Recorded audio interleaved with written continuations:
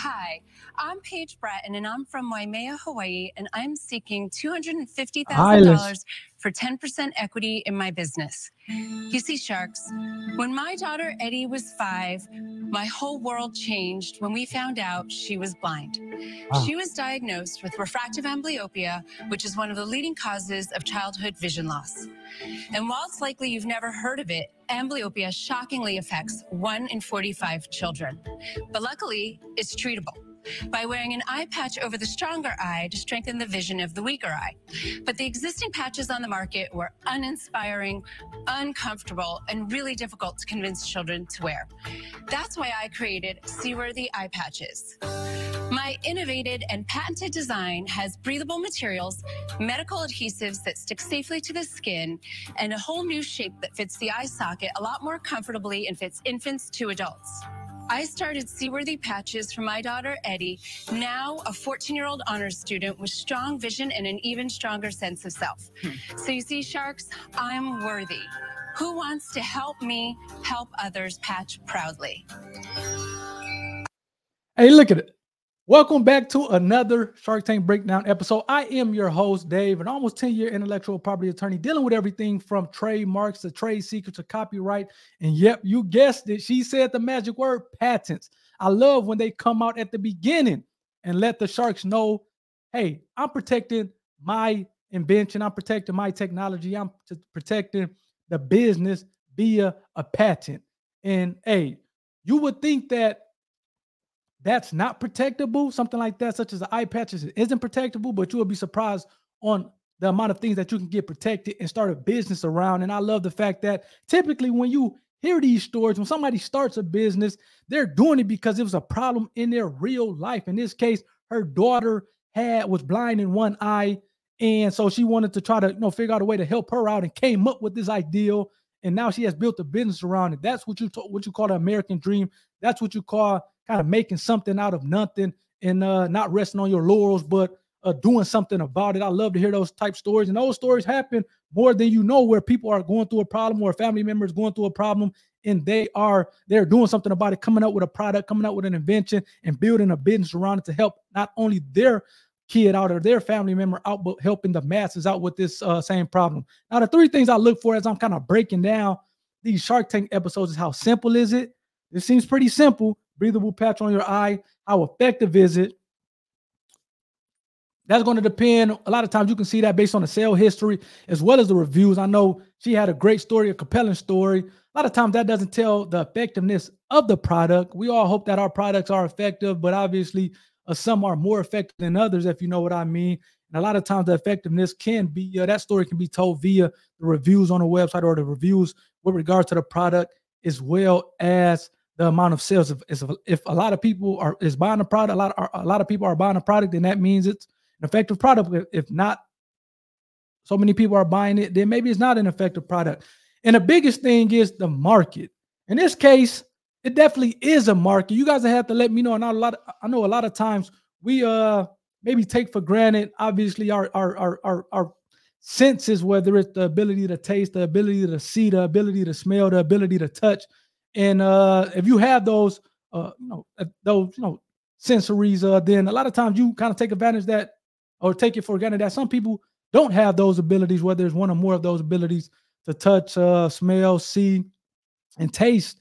And, I guess maybe my thing or my question, please let me know in the comments, is how big is that market? Again, obviously we know, for example, if somebody has cancer, then the cancer is a big market. And there's a lot of R&D going into it to try to solve that. And I guess we can get off into the whole thing on whether or not that is a solvable thing or not. That's a separate conversation. But for somebody being blind in one eye, first of all, she said that it helps out with the other eye, which is great, helps strengthen the other eye. So that's definitely an advantage and a benefit, which is great. I'm not sure. She showed a picture. I'm not sure if it helps out with the eye that you're blind in, or if you're blind, you're just blind and you're just trying to strengthen and focus on the other eye. Hopefully she kind of gets off into that a little more as the sharks ask her questions and we get off into the pitch here. But how big is this market? I would imagine that, I think she said 1 of every 42. So it seems like it's a decent sized market. If 1 of every 42, I think, children are born with this issue, it seems like that's a decent sized market, even though I guess just on the face of it, you're thinking like, okay, how big is this market of maybe somebody being born with blind in one eye, because again, we maybe take it for granted. I don't go about my life and kind of see those type people from day to day, but that doesn't mean that that doesn't exist. So that's another thing to kind of be thinking about as we're going through this pitch.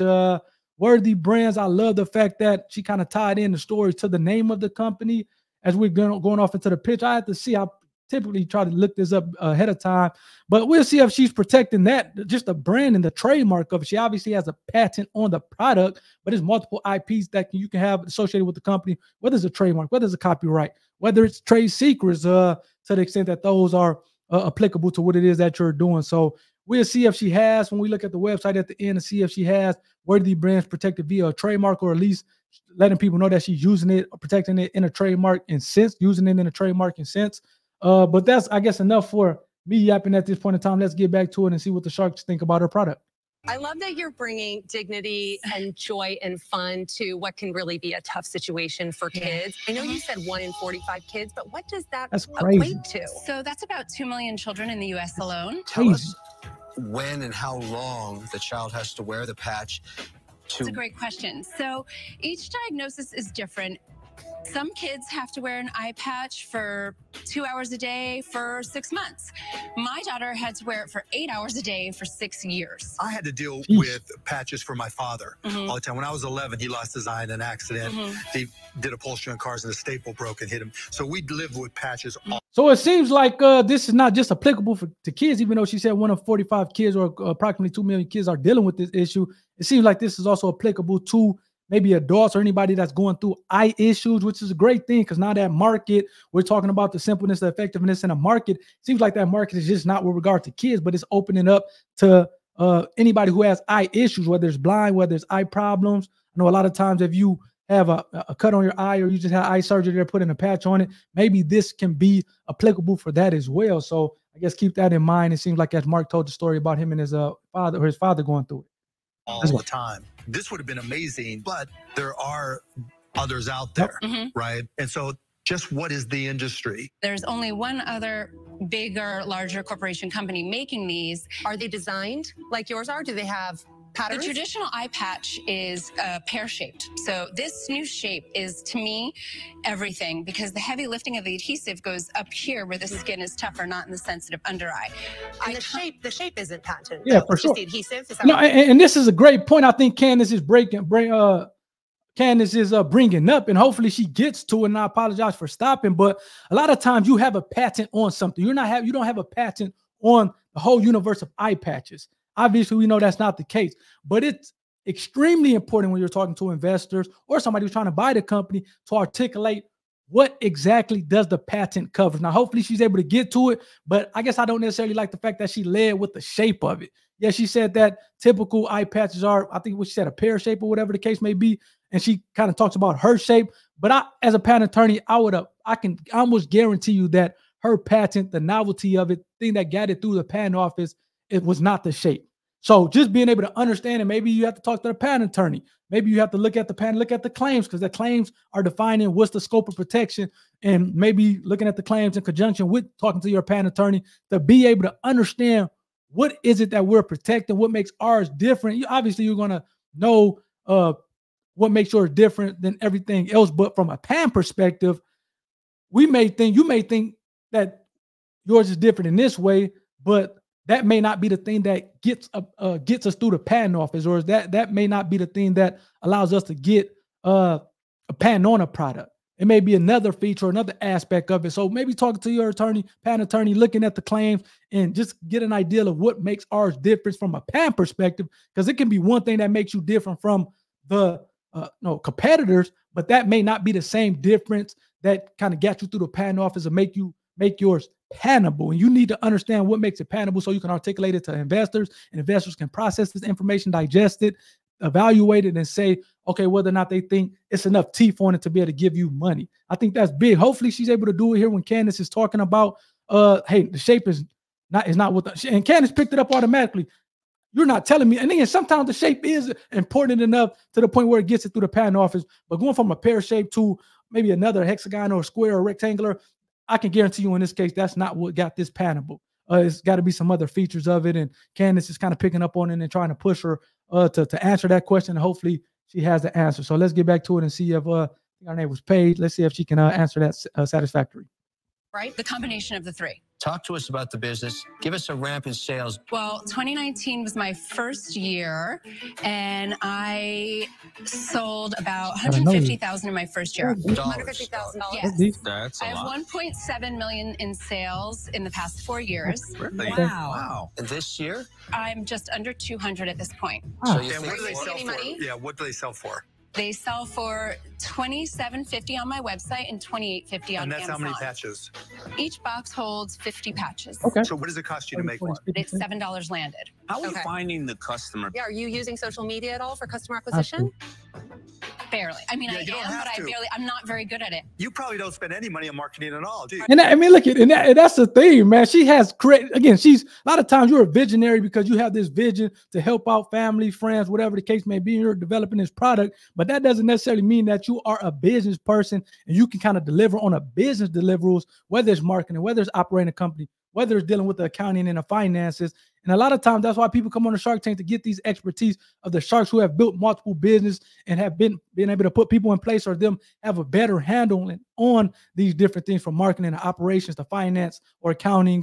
So again, just because you maybe don't know or don't have a good handle on it, that shouldn't stop you from creating a business, from running a business.